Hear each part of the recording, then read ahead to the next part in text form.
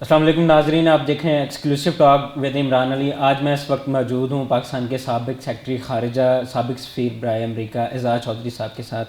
سر بہت شکریہ، آپ نے اپنا قیمتی ٹائم دیا۔ چودھری صاحب کا جو ڈپلومیٹک کیریئر ہے وہ 40 سال سے زائد عرصے پہ محیط ہے۔ ہم ان سے سمجھنا چاہیں گے کہ فارن پالیسی کیسی ہوگی، افغانستان میں طالبان آگے ہیں، آگے کیا ہوگا، اور پاک امریکہ تعلقات ہیں، اس میں بہتری کی کیا امید کی جا سکتی ہے۔ سر یہ فرمائیے گا کہ افغانستان میں طالبان آگے ہیں، کیا حکومت کر پائیں گے؟ دیکھیں، یہ جو افغانستان میں طالبان آئے ہیں اس کی بڑی وجہ یہ ہے کہ امریکہ نے ایک بنیادی غلطی کی تھی۔ وہ یہ کی تھی کہ جب وہ یہاں پہ القاعدہ کو ختم کرنے آئے تھے تو جب ختم ہو گیا تھا تو وہ چلے جاتے، لیکن وہ حکومت سازی اور ایک نئی قوم بنانے کے لیے اس بزنس میں آ گئے، جس کا نقصان یہ ہوا کہ ان کی لڑائی پھر طالبان کے ساتھ شروع ہوئی، ورنہ ان کی طالبان کے ساتھ تو لڑائی نہیں تھی۔ تو پھر جب شروع ہو گئی تو پاکستان مسلسل یہ کہہ رہا تھا، اور پاکستان کے علاوہ اور بھی لوگ ان کو کہہ رہے تھے کہ دیکھیں اس میں کوئی عسکری حل ہے نہیں، اور اگر آپ ملٹری وکٹری کی طرف جائیں گے تو پھر ملٹری وکٹری آپ کی بھی ہو سکتی ہے، دوسرے کی بھی ہو سکتی ہے، تو طالبان کی ہو گئی۔ اس سلسلے میں ہم ان کو یہی کہتے رہے کہ آپ سیاسی کریں۔ وہ تقریباً 17.5 سال تو انہوں نے ضائع کر دیے، لیکن آخری 2.5 سال میں انہوں نے کوشش کی، لیکن اس وقت پھر اشرف غنی صاحب نے اپنے پاؤں جو ہیں وہ گھسیٹنے شروع کر دیے، اور وہ انٹرا افغان ٹاکس نہیں کرتے تھے۔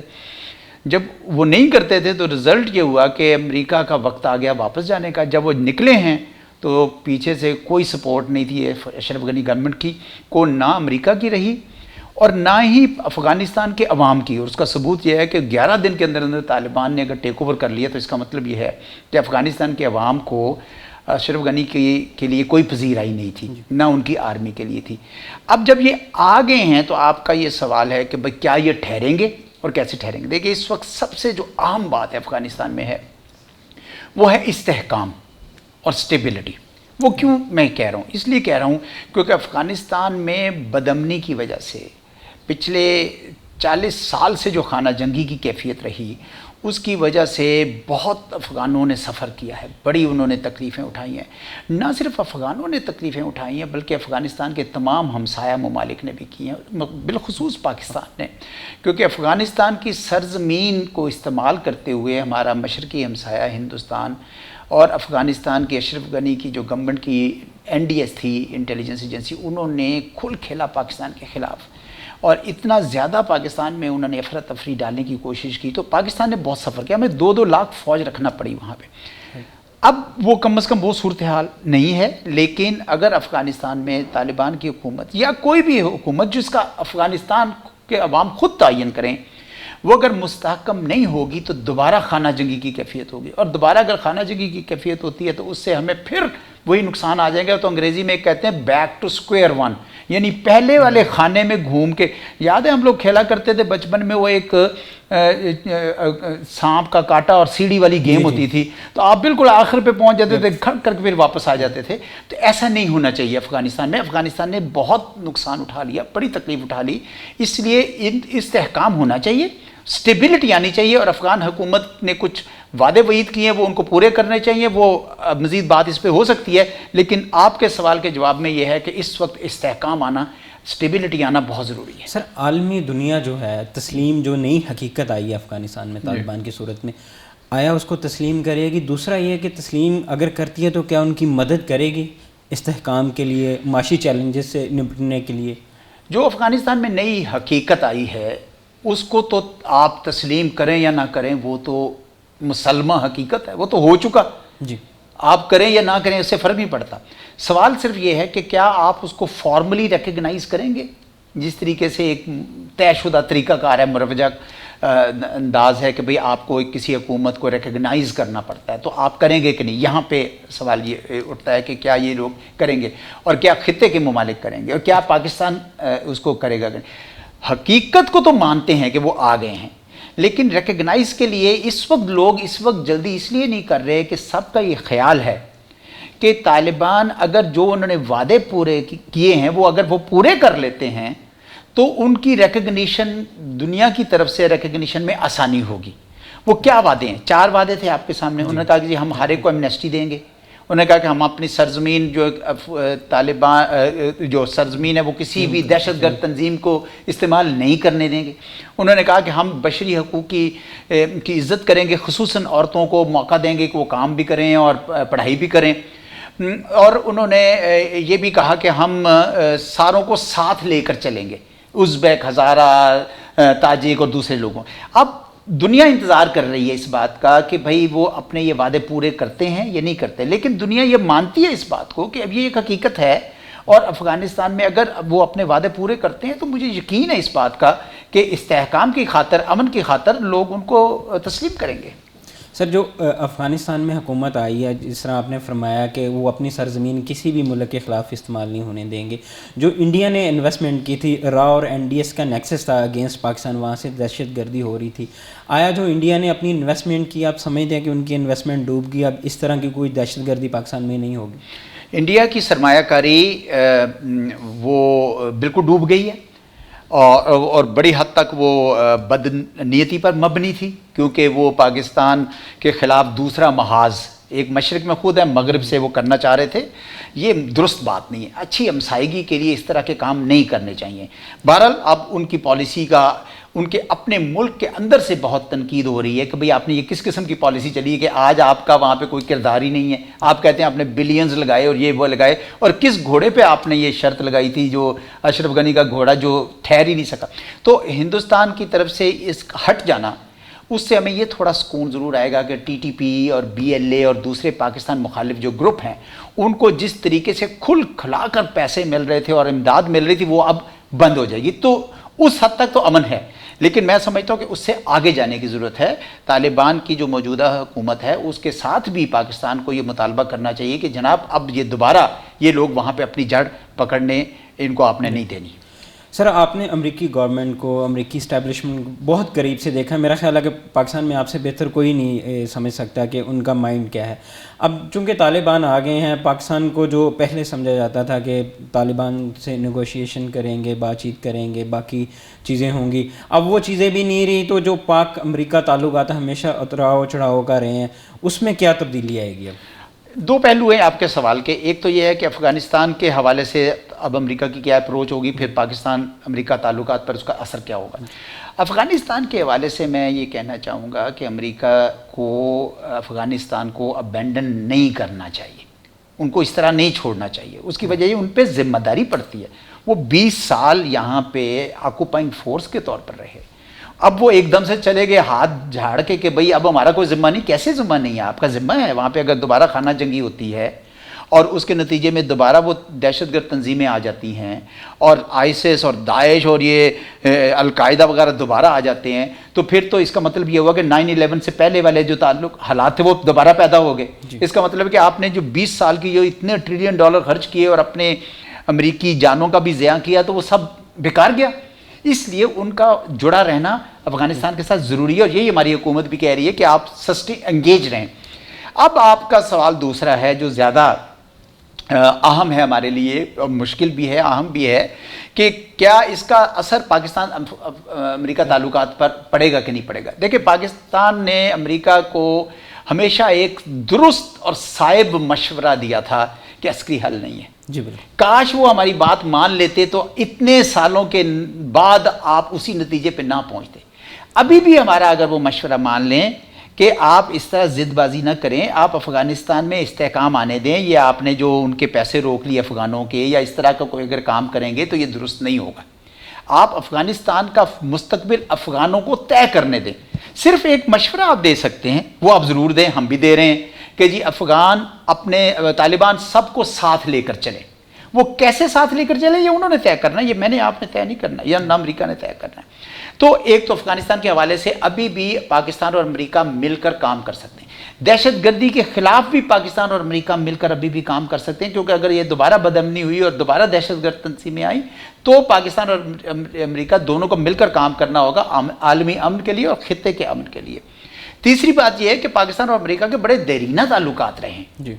اگر وہ اس طرح صرف سیکیورٹی کے لینس سے دیکھیں گے تو یہ درست بات نہیں ہوگی، اس کا نقصان ہی ہوا ہے. تو وہ ہم یہ چاہیں گے وہ سی البنیاد بنائیں. اچھا، کبھی وہ چین کے حوالے سے دیکھتے ہیں. اب چین کے ساتھ جو امریکہ کا مسابقہ ہے وہ ایک عالمی تناظر میں ہے. لیکن پاکستان کے تو چین کے ساتھ بہت اچھے تعلقات ہیں، لیکن ہم امریکہ کے ساتھ تعلق خراب بھی نہیں کرنا چاہتے ہیں.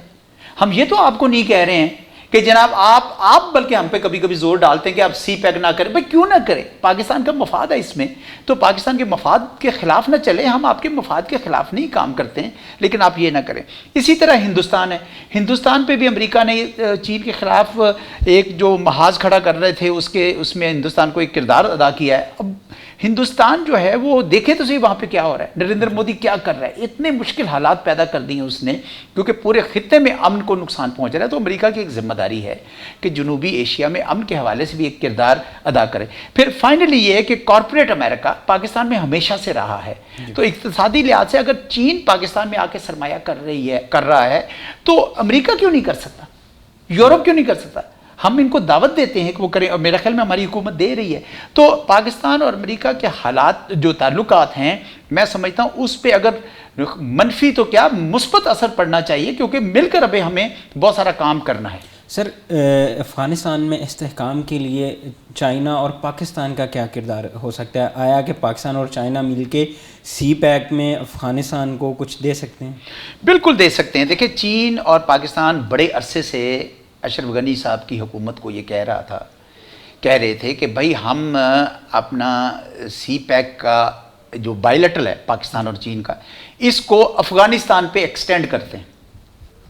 پہلے تو حضور جواب ہی نہیں دیتے تھے افغان کی حکومت، اور پتہ نہیں وہ امریکہ کے دباؤ کی وجہ سے نہیں دیتے تھے یا ہندوستان کے دباؤ کی وجہ سے نہیں دیتے تھے، جو دونوں مخالف تھے سی پیک کے، یا وہ خود بھی نہیں کرنا چاہتے تھے. اور اگر وہ خود نہیں کرنا چاہتے تھے تو انہوں نے افغان عوام کے ساتھ کوئی انصاف نہیں کیا. کیوں؟ کیونکہ سی پیک اگر وہاں پہ جاتا، آپ اگر گوادر سے چلیں، ذرا اوپر چلیں شمال کی جانب، تو آپ دیکھیں گے کہ کوئٹہ اور قندھار پہلے آ جاتے ہیں. ان کو سب سے زیادہ فائدہ ملنا تھا. پھر اور اوپر آ جائیے، پشاور کے پاس پہنچیں گے، آپ کو جلال آباد، کابل ملتا ہے. پھر اس کے بعد ہم اوپر چلے جاتے ہیں اور وہ کھنجراب پاس پار کر کے ہم چین کی طرف جاتے ہیں. پھر سینٹرل ایشیا میں جاتے ہیں. سینٹرل ایشیا سے بھی افغانستان کے راستے، بہت زیادہ راستے کھلنے تھے. تو کس کا نقصان کیا اشرف غنی صاحب نے؟ اپنے ملک اور اپنے عوام کا نقصان کیا. تو پاکستان اور چین تو دونوں سمجھتے ہیں کہ اگر یہ امن آ جائے افغانستان میں تو افغانوں کا سب سے بڑا فائدہ ہے، اور اس کے بعد پورے خطے کا ہے، جس میں چین بھی شامل ہے، پاکستان بھی شامل ہے، سینٹرل ایشینز بھی شامل ہے. سر، ابھی میڈیا میں بڑی بحث ہو رہی ہے، جو بائیڈن جو ہیں وہ پرائم منسٹر عمران خان کو کال نہیں کر رہے، اور یہ رپورٹ کیا جا رہا ہے کہ پرائم منسٹر عمران خان کو بڑی شدت سے انتظار ہے کہ جو بائیڈن کال کریں. آیا کہ پاکستان کو جو بائیڈن کی کال کا انتظار ہونا چاہیے؟ میرا نہیں خیال کہ یہ تاثر درست ہے کہ ہمارے وزیر اعظم بڑی شدت سے انتظار کر رہے ہیں. انہوں نے تو کہا ہے کہ جب وہ کرنا چاہیں کر لیں. تو میں سمجھتا ہوں کہ یہ غلط تاثر دیا جا رہا ہے.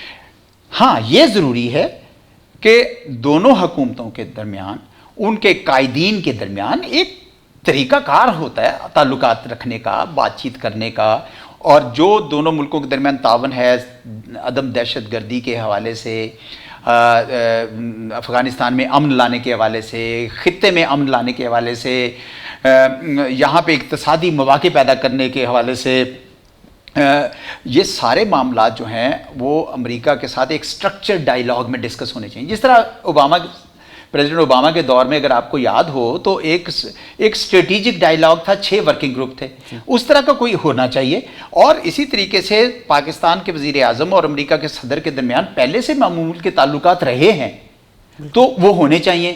پر یہ تاثر اس کو دینا کہ ہمارا وزیر اعظم جو ہے وہ انتظار کر رہا ہے اور وہ نہیں، ایسا میں کم از کم نہیں سمجھتا. یہ نہ یہ ہمارے ملک کے شان ہے، نہ ایسا ہو رہا ہے.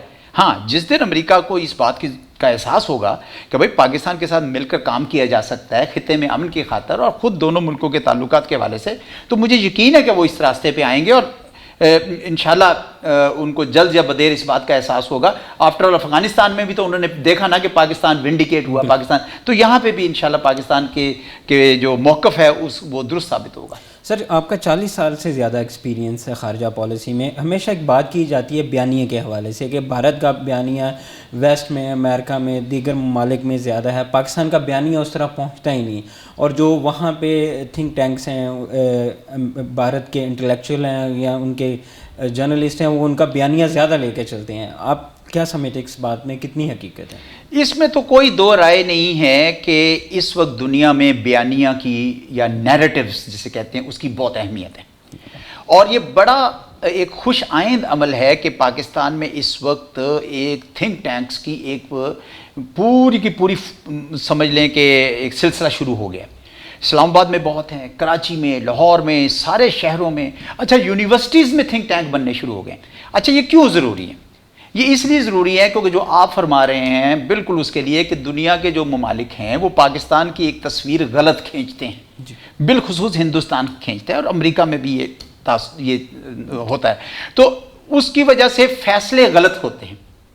مجھے یاد ہے جب پاکستان ہندوستان کا عمل چل رہا تھا، امن کا عمل چل رہا تھا، تو میں بہت اس بات کا حامی تھا کہ ان کو ویزاز دینے دیں اور ہمارے لوگوں کو بھی ادھر جانے کے ویزاز دیں. کیوں کہتا تھا؟ کیونکہ ہندوستان میں پاکستان کے متعلق ایک غلط تصویر کھینچی ہوئی تھی. وہ جی یہاں تو بڑی دہشت گردی ہے، بڑا. جب ہندوستانی آتے تھے تو کہتے تھے یار یہ تو بڑا نارمل سا ملک ہے، بڑا زبردست ملک ہے، یہاں تو ہر کام صحیح چل رہا ہے. اسی طرح جب پاکستانی وہاں جاتے تھے تو وہ کہتے او بالی ووڈ اور بڑے گانے ناچ یہ وہ. جب جاتے تھے تو پتہ چلتا تھا کہ سڑکوں کے اوپر بھوک ناچ رہی. تو یہ ریئلٹی بڑی ضروری ہے.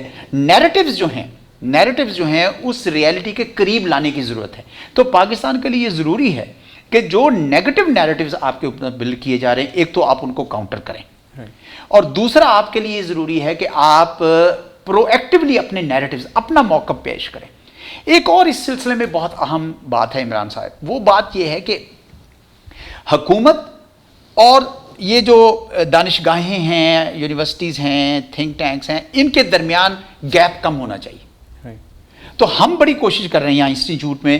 یہاں وزیر خارجہ صاحب بہت بار تشریف لائے ہیں، ہمارے صدر پاکستان بھی آئے ہیں اور وزرائے بھی ہیں. ہماری کوشش یہ ہوتی ہے کہ ہم ان تک اپنی کوئی نہ کوئی جو رائے بنتی ہے یہاں ان تک پہنچائیں، کیونکہ گورنمنٹ کو ہماری طرف سے فریش تھنکنگ جانی چاہیے تاکہ وہ درست فیصلے کریں، اچھے فیصلے کریں. تو وہ پائیدار فیصلے ہوں گے تو پورا پاکستان اس سے بہرور ہوگا. سر مسئلہ کشمیر کا آپ کیا حل سمجھتے ہیں؟ کئی دہائیوں سے پاکستان اور انڈیا کے درمیان یہ معاملہ چل رہا ہے. بڑی یہ ایک افسوسناک اور دردناک موضوع ہے. اس کی وجہ یہ ہے کہ کشمیریوں نے 3 نسلوں سے بہت نقصان اٹھایا ہے، اور جتنا ظلم اور بربریت ہندوستان کی فوج نے اور ان کی دوسری سیکیورٹی اتھارٹیز نے خصوصاً وادی کشمیر میں ڈھا رکھا ہے. ایک تو انہوں نے پہلے اس پہ قبضہ کیا، آج تک وہ انسٹرومنٹ آف ایکسیشن کسی کو ملا نہیں. بالکل آپ نے قبضہ کر لیا. اوپر سے مسلمان اکثریت تھی، ان کو پاکستان کا حصہ بننا تھا، آپ نے وہ ہونے نہیں دیا. اقوام متحدہ میں خود گئے، جب قرارداد پاس ہو گئی تو آپ نے پھر وہ اس کو نہیں مانا. 2 طرفہ معاملات میں پاکستان نے آپ کے ساتھ اتنی بار ایگریمنٹس کیے کہ بھئی بات چیت کرتے ہیں، پھر آپ وہیں کے وہیں. اور جب آپ دیکھ رہے ہیں کہ ہر چند سالوں کے بعد وہاں پہ ایک تحریک اٹھتی ہے ہندوستان کے خلاف، تو کیا ابھی تک آپ کو سمجھ نہیں آئی ہے 72-73 سال کے بعد بھی کہ کشمیری عوام جو ہیں، جو مقبوضہ کشمیر کے عوام آپ کے ساتھ نہیں رہنا چاہتے؟ تو ہندوستان کو اس بات کا اندازہ ہونا چاہیے کہ یہ تحریکیں آزادی کی اس طرح دبائی نہیں جا سکتی ہیں. پہلا نقطہ تو یہ ہے. اب دوسرا یہ ہے کہ پھر پاکستان کیا کریں. پچھلے 2.5 سال پہلے بلکہ 2 سال پہلے جو انہوں نے اگست 2019 میں انہوں نے کام کیا مودی صاحب نے، اور اس کو انیکس کر لیا. کچھ لوگ کہتے ہیں کالونائز کر لیا، کالونی بنا لی اپنی قبضہ کر کے. ٹھیک ہے جی، تو یہ چلے گا نہیں، کشمیریوں کی طرف سے بھی نہیں چلے گا. اور پاکستان نے بھی بڑا واضح کیا ہے، حکومت نے بار بار یہ بات کہی ہے کہ جناب یہ ہمیں قبول نہیں ہے. آپ نے اگر بات چیت کرنی ہے، پاکستان کے ساتھ مل کر امن کی بات کرنی ہے خطے میں، آپ کو یہ کام ریورس کرنا ہوگا. ویسے تو ہم نہ آرٹیکل 370 مانتے ہیں، نہ آرٹیکل 35A مانتے ہیں، نہ ہم ان کے کانسٹیٹیوشن کو مانتے ہیں وہاں پہ مقبوضہ کشمیر میں. لیکن یہ آپ ان کی جو اٹانومی آپ نے لے کر آپ نے کشمیریت ختم کرنے کی کوشش کی، کشمیری شناخت ختم کرنے کی کوشش کی، اور اب آپ وہاں پہ مسلم اکثریت ختم کر رہے ہیں، اور پورا ایک ڈیموگرافک انجینئرنگ کا ایک سلسلہ آپ نے شروع کر دیا ہے، ڈومیسائل لا بنا دیا ہے، باہر سے لوگ لا کے آباد کار کر رہے ہیں. یہ جو سلسلہ یہ آپ کے گلے پڑ جائے گا. وہ انگریزی میں ایک لفظ ہوتا ہے البتروس اراؤنڈ دی نیک، یہ ان کے وہ پڑ جائے گا. تو یہ میرا خیال میں پرائم منسٹر مودی جس روش پہ چل نکلے ہیں یہ درست نہیں ہے.